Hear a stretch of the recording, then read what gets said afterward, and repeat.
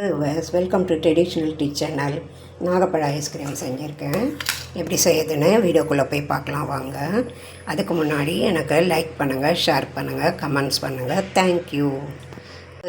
நான் இன்றைக்கி செய்ய போகிற பொருளுக்கு இந்த கப்பால் 2 கப்பு நாகப்பழம் கொட்டை இல்லாமல் சதையை மாத்திரம் எடுத்து வச்சுருக்கேன். இப்போ ஸ்டவ் ஆன் பண்ணிவிட்டு அந்த நாகப்பழத்தை இதில் போட்டுடலாம். ஸ்டவ் ஆன் பண்ணி நாகப்பழத்தை அதில் போட்டுட்டேன். இப்போது அதே கப்பால் 2.5 கப்பு சர்க்கரை எடுத்து அதே மாதிரி அந்த கப்பு இதில் போட்டுடலாம். ஸ்டவ்வை மீடியம் ஃப்ளேம்லேயே வச்சுக்கோங்க. இப்போ பாருங்கள், நான் 2.5 கப்பு சொன்னேன். 1.5 கப்பு போட்டால் கூட போதும், ரொம்ப ஸ்வீட் வேண்டாம். 1.5 கப்பு தான் போட்டிருக்கேன். 1.5 கப்பு போட்டு ஸ்டவ் மீடியம் ஃப்ளேம்லேயே இருக்குது. இப்போ நல்லா கலரி கொடுத்துக்கோங்க. மீடியம் ஃப்ளேம்லேயே இருக்கட்டும் ஸ்டவ்வு. பாருங்கள், நல்லா கொதிச்சுன்னு இருக்குது. அந்த கரண்டியால் அந்த நாகப்பழத்தை நல்லா இப்படி அமுத்தி கூட விட்டுக்கலாம். இல்லாட்டாலும் பரவாயில்ல, நம்ம மிக்சியில் போட்டு அரைக்க போகிறது தான். நல்லா தண்ணி சுண்டி நல்லா திக்கு பதத்துக்கு வரட்டும். அது வரலும் கலரிகிட்டே இருக்கலாம்.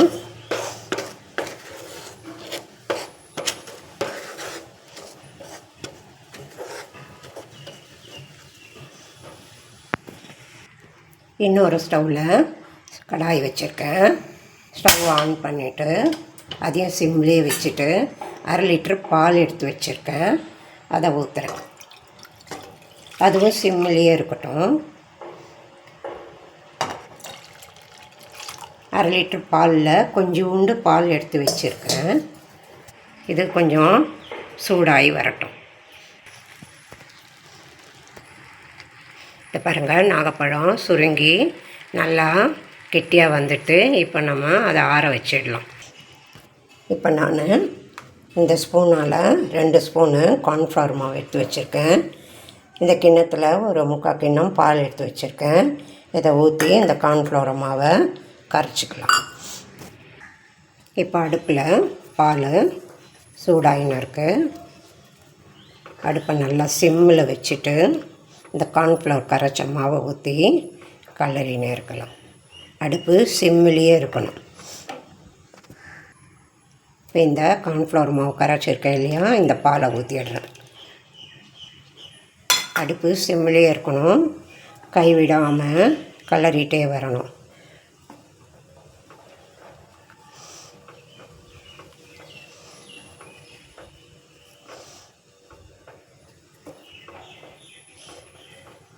நல்லா பால் கெட்டி பதத்துக்கு வரும். சிம்மிலே வச்சு நல்லா கலரிடலாம்.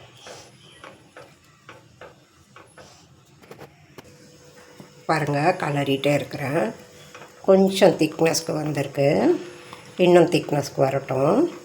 அது வரலாம் கைவிடாமல் கலரிட்டே இருக்கலாம்.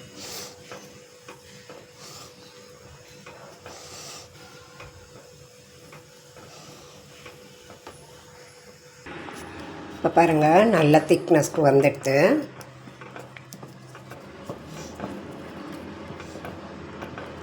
நம்ம இப்போ ஸ்டவ் ஆஃப் பண்ணிவிட்டு இதை ஆற வச்சிடலாம். ஸ்டவ் ஆஃப் பண்ணிவிட்டேன். இதையும் ஆற வச்சுட்டு அதுக்கப்புறமா பார்க்கலாம். Welcome to traditional tea channel. நாகப்பழ ஐஸ்கிரீம் செஞ்சுருக்கேன். எப்படி செய்யுதுன்னு வீடியோக்குள்ளே போய் பார்க்கலாம் வாங்க. அதுக்கு முன்னாடி எனக்கு லைக் பண்ணுங்கள், ஷேர் பண்ணுங்கள், கமெண்ட்ஸ் பண்ணுங்கள். தேங்க்யூ. நான் இன்றைக்கி செய்ய போகிற பொருளுக்கு இந்த கப்பால் 2 கப்பு நாகப்பழம் கொட்டை இல்லாமல் சதையை மாத்திரம் எடுத்து வச்சுருக்கேன். இப்போ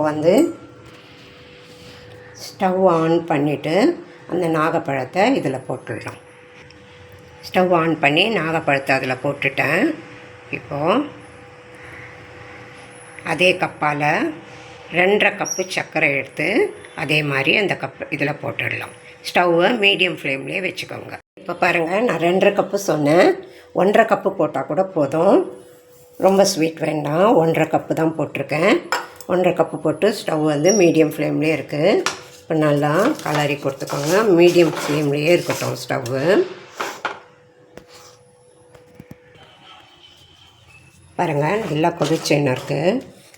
அந்த கரண்டியால் அந்த நாகப்பழத்தை நல்லா இப்படி அமுத்தி கூட விட்டுக்கலாம். இல்லாட்டாலும் பரவாயில்ல, நம்ம மிக்சியில் போட்டு அரைக்க போகிறது தான். நல்லா தண்ணி சுண்டி நல்லா திக்கு பதத்துக்கு வரட்டும். அது வரலும் கலரிகிட்டே இருக்கலாம்.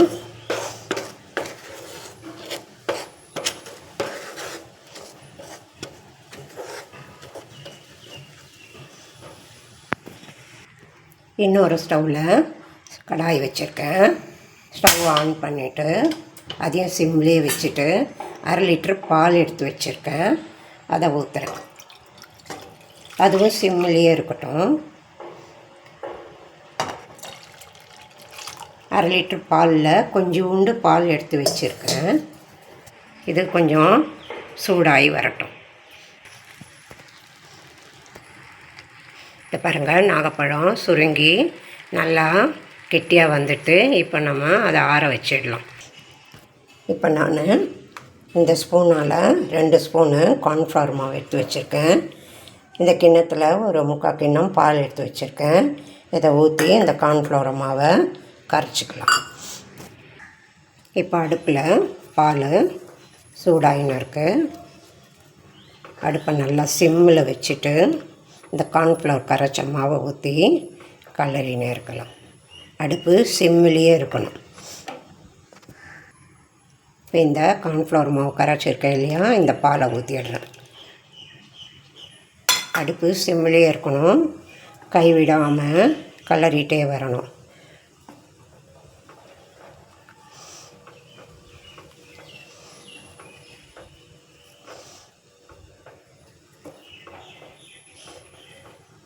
நல்லா பால் கெட்டி பதத்துக்கு வரும். சிம்மிலே வச்சு நல்லா கலரிடலாம்.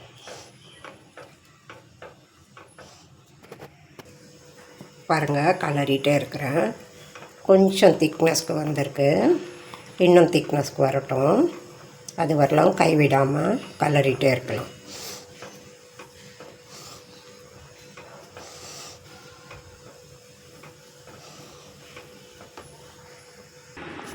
இப்போ பாருங்கள், நல்ல திக்னஸ்க்கு வந்துடுது.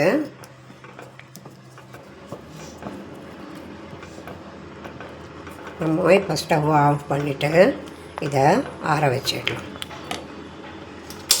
ஸ்டவ் ஆஃப் பண்ணிவிட்டேன். இதையும் ஆற வச்சுட்டு அதுக்கப்புறமா பார்க்கலாம். இது பாருங்கள், இதுவும் ஆறிடுத்து. இதுவும் நல்லா ஆறிடுத்து. ரெண்டுத்தையும் மிக்சியில் போட்டு அரைச்சிடலாம். இது பாருங்கள், ரெண்டுத்தையும் மிக்சியில் போட்டுட்டேன். பழத்தையும் பால் இது பண்ணதையும் கார்ன்ஃப்ளவர் மாவையும் இப்போது இந்த ஸ்பூனால் ஒரு 3 ஸ்பூனு பால் பொடி போட்டுக்கிறேன். 2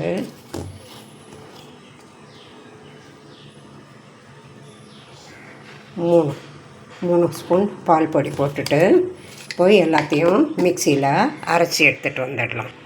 இது பாருங்கள், நல்லா அரைச்சி எடுத்துன்னு வந்துட்டேன்.